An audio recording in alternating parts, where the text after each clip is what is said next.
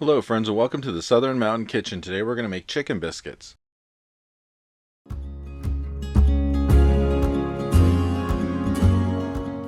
So I took 3 chicken breasts and I cut them into slices so that way these are going to be like not so thick going on the biscuits.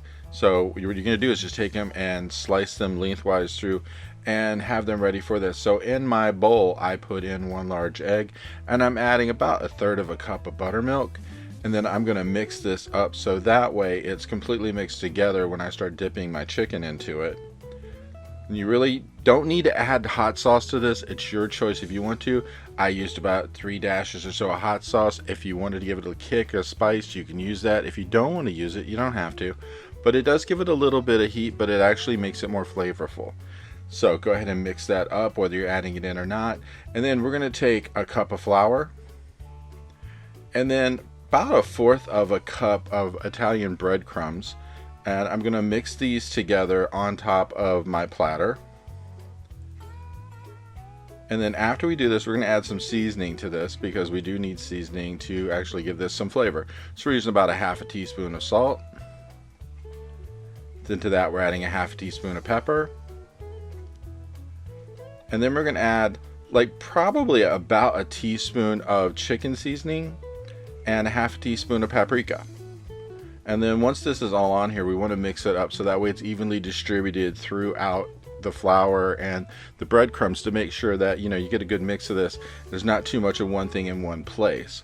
So I always try to use a fork or whatever and just run through it to pull it together to make sure everything is mixed through. So once you get that completely mixed and all sorted out, we're going to start dipping the chicken in just a second because we're going to use this platter to use as a surface. We're going to actually take the chicken, put it into that to get the breading on. So basically we're going to do a double dip thing.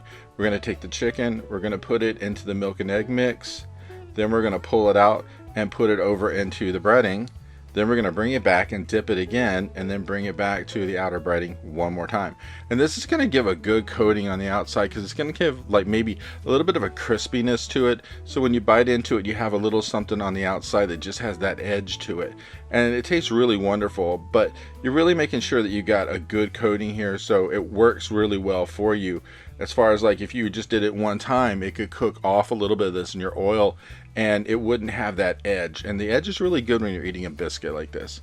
Now, mind you, these pieces of chicken are long.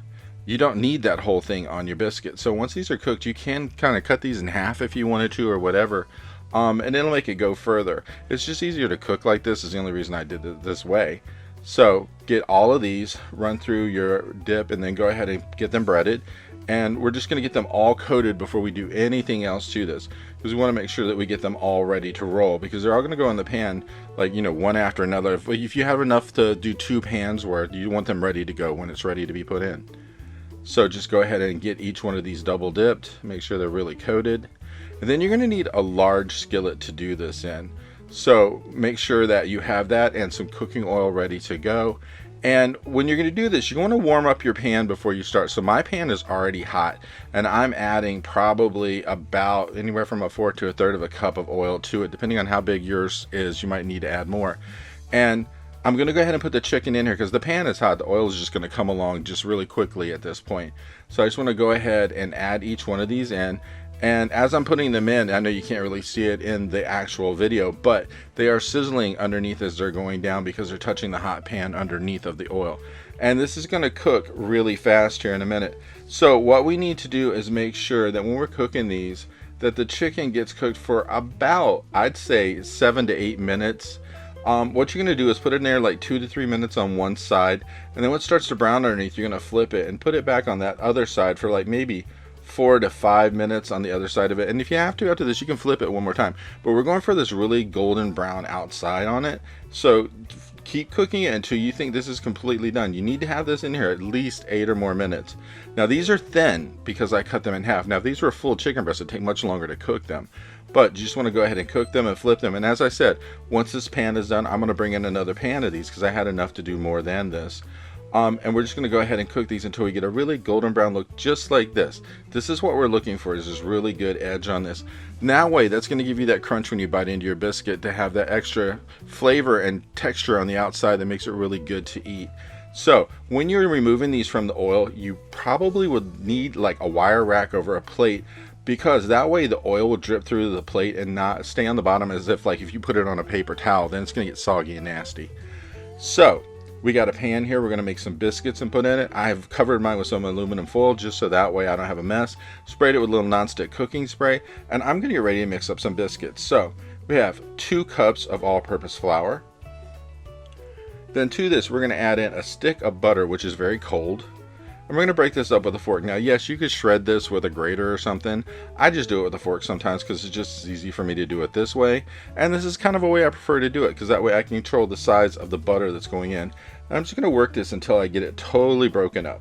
So I'm going to work it around from the sides and the bottom, get that ready to roll. And then after this, I'm going to add a cup of buttermilk to this. Now, I'm going to go ahead and mix this, but if it turns out a little dry, I can add a little bit more buttermilk to it. It's better than throwing way too much in at the beginning. So to this, I'm adding 2 teaspoons of baking powder, a half a teaspoon of baking soda, 3/4 of a teaspoon of salt, and a half a teaspoon of sugar. And once this is all in here, I'm going to mix this all up and get it ready to go. But as I said, if there is not enough buttermilk, you can add some more, because that's the way I do it. I put in the cup just in case, because sometimes when you put flour in, you might add a little extra and didn't intend to do it, but it happens. And you add a little bit more buttermilk to make this all stay together. And at this point, I'm going to add a little bit more. And I mean just basically maybe a couple of tablespoons until I get it to where I want it. Now, put some flour on your counter. Make sure you have something to cut your biscuits with. And I don't take this all out at once. I take it out a bit at a time, and I just basically roll it and cut it. Now, at this point, you need to get your oven preheated to 425 degrees, because these will bake for at least 20 minutes, maybe a little more. And then we're going to cut each of these as we go, set them to the side until we're ready to put them on our pan. And as we use up some of our dough, we're going to bring out some more, add to, and keep folding it so that way it kind of keeps it fresh and not dried out. Now, I can usually get like maybe 9-10 biscuits out of this easy. Depending on how thick you do them, you can get quite a few out of this. So get them done, set them to the side, and just keep repeating it until you get all the dough out of your bowl. And once they're done, we're going to add these to a pan to put them in the oven.